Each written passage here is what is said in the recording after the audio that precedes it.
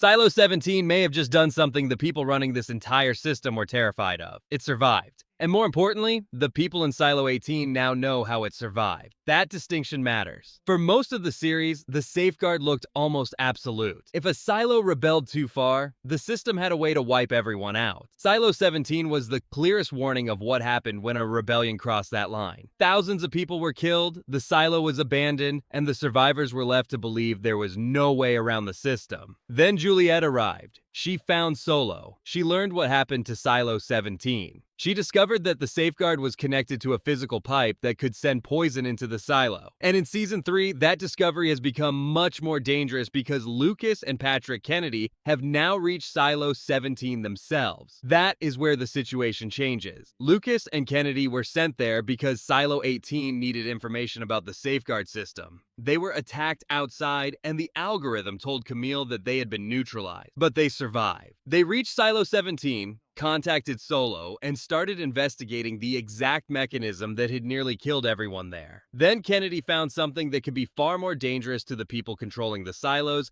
than another rebellion inside Silo 18. He found evidence that the safeguard can be physically stopped. Solo's mother had sealed the relevant section of the pipe during Silo 17's rebellion. She had sacrificed herself to prevent the poison from reaching the rest of the silo. That means Silo 17 left behind something the system apparently failed to erase, a method. And Lukas and Kennedy are carrying that method back to Silo 18. That is a massive problem for the algorithm, because the safeguard only works as a weapon if the people inside the silos believe there is no way to stop it. Once you know where the poison enters, once you know what has to be sealed, and once you have someone who understands the system well enough to find the right location, the entire threat changes. Silo 18 no longer has to treat the safeguard as some invisible command from above. There is now a physical system that can be investigated. That creates a very uncomfortable question for whoever controls the silos. What happens if Silo 18 learns how to stop its own safeguard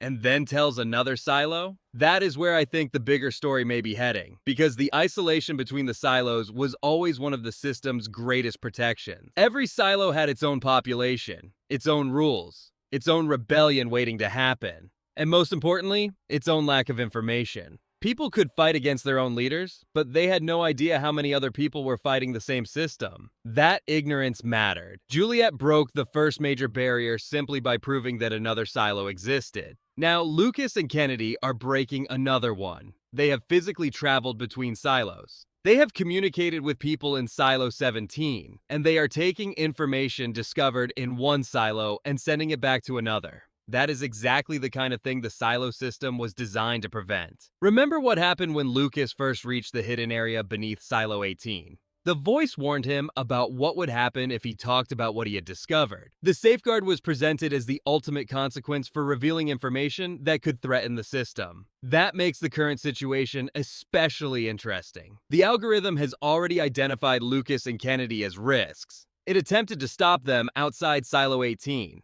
Yet, they survived and reached the very place where the previous safeguard failure can be studied. And now information is moving in both directions. That is the nightmare scenario, because one silo discovering the truth is dangerous. Two silos sharing the truth is much worse. Imagine what Silo 18 could do with the knowledge coming from Silo 17. They could study the pipe. They could work out how Gwen sealed it. They could compare the plans from both silos. They could figure out whether every silo uses the same safeguard design. And if the design is standardized, then Silo 17 may have accidentally provided a solution for every other silo. That is where this theory gets really interesting. The people running the system spent generations making sure the silos stayed isolated. They created rules around relics, communication, travel, and knowledge. Even the existence of the other silos was hidden. But the physical infrastructure may have given the rebels something the founders never expected: a common weakness. If all the silos have the same basic safeguard system, then the discovery in Silo 17 isn't just useful to Juliette's group. It could be useful to everyone. And once that information escapes Silo 18, the algorithm faces a completely different problem. It can silence individuals. It can manipulate information,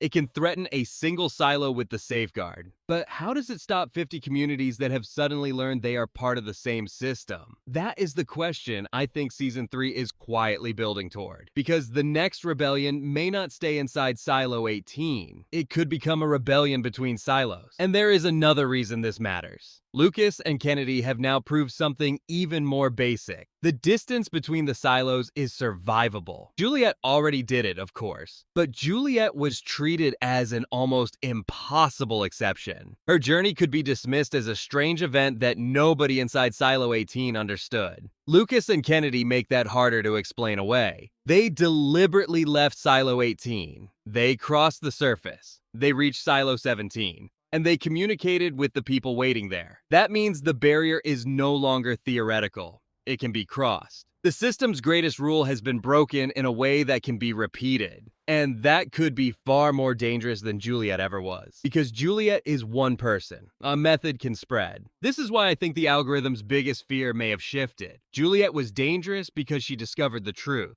Silo 17 is dangerous because it proved the truth can be acted on. That distinction could drive the next stage of the story. Look at what happened when Lukas and Kennedy went towards Silo 17. The algorithm knew exactly where they were going. It attempted to stop them before they arrived. The attack was serious enough that Lukas was wounded and their communication was cut. Then the algorithm told Camille they had been neutralized. Except they weren't. That failure matters. The system had a chance to remove 2 people who were carrying dangerous information. It failed to do so. Now those 2 people are inside Silo 17, working with Solo, and examining the remains of an earlier attempt to defeat the safeguard. That means the system may have accidentally allowed its own vulnerability to be studied by the people most capable of using it. And the situation gets even worse when you consider what communication between silos could mean.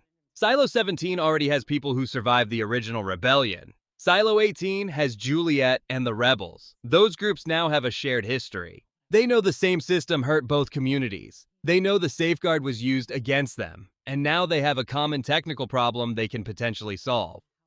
That creates the possibility of something the founders may have considered almost impossible: cooperation between silos. Once that happens, the pact becomes a very different thing. For generations, the rules worked because every silo interpreted its own reality in isolation.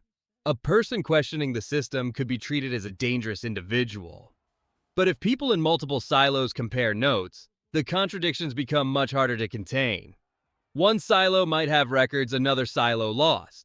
Another might have a surviving engineer. Another could know something about the safeguard. Another might have discovered a weakness in the surveillance system. One piece of information could make another piece understandable. And suddenly the biggest weapon the system has is no longer the safeguard itself. It is the fact that everyone thinks they are alone. That is why I don't think the future conflict has to be Juliette versus the algorithm. It could become Silo 18 versus Silo 1. And then potentially the rest of the silos get dragged into it. We should be careful here because the show has not confirmed that every silo would immediately unite. There are still huge obstacles. People in different silos could distrust each other. Some leaders may prefer the existing system. Some communities may believe the algorithm is protecting them. And the safeguard could still be powerful enough to destroy a silo before that silo gets organized. But the basic problem remains. Information is now moving. And information is exactly what the silo system was built to control. There is another clue that makes this even more interesting. The algorithm doesn't seem to react to rebellion in a simple way. It constantly weighs threats, controls what certain people know, and decides which individuals can be useful. That suggests its priority may be maintaining the larger system, rather than simply protecting one particular leader. Bernard learned that the hard way. He believed he was running Silo 18. Then he discovered that decisions were being made above him. Camille has since gained access to information Bernard never fully controlled, and now even she is being given only part of the picture. The people inside Silo 18 keep discovering that there is another layer above them. But if Lukas and Kennedy return with information from Silo 17, that hierarchy becomes harder to maintain. Because the rebels won't just have questions, they'll have evidence. They can point to a real silo where people survived. They can point to a real pipe. They can point to a real person who stopped the poison. and they can potentially reproduce the same result. That is the kind of evidence that can change a rebellion from an argument into a plan. And there is one more possibility I can't ignore. What if the reason the algorithm is so aggressive about controlling communication has less to do with what any individual silo might learn and more to do with what happens when the silos compare their experiences? Think about how much the system depends on repetition. The same basic structure, the same fear of going outside, the same rules around information, the same punishment for challenging authority, the same threat hanging over a population that tries to break the rules. If residents from different silos ever start comparing those patterns, they could realize that their entire world has been managed. That realization would be incredibly difficult to reverse. And once people understand that the other silos exist, the natural question becomes unavoidable. Why were we kept apart? The answer could lead directly back to Silo 1 and the people controlling the network. That is where the theory of a silo war becomes much bigger than a simple rebellion. The war could begin with information. Silo 17 gives Silo 18 a way to fight the safeguard. Silo 18 finds a way to communicate that information. Another silo receives it. That silo realizes it can resist. Then another silo hears about it. At that point, the system has a problem that cannot be solved by killing one rebel. Every successful act of resistance becomes evidence that resistance is possible. And Silo 17 has already provided the most dangerous evidence of all. The safeguard can be challenged. We still don't know how widely the method can be applied. We don't know whether every silo has exactly the same configuration. We don't know how quickly the algorithm could respond if communication spread. Those are major unknowns. But the pieces are now on the table. Juliette has crossed the boundary. Lukas and Kennedy have crossed it again.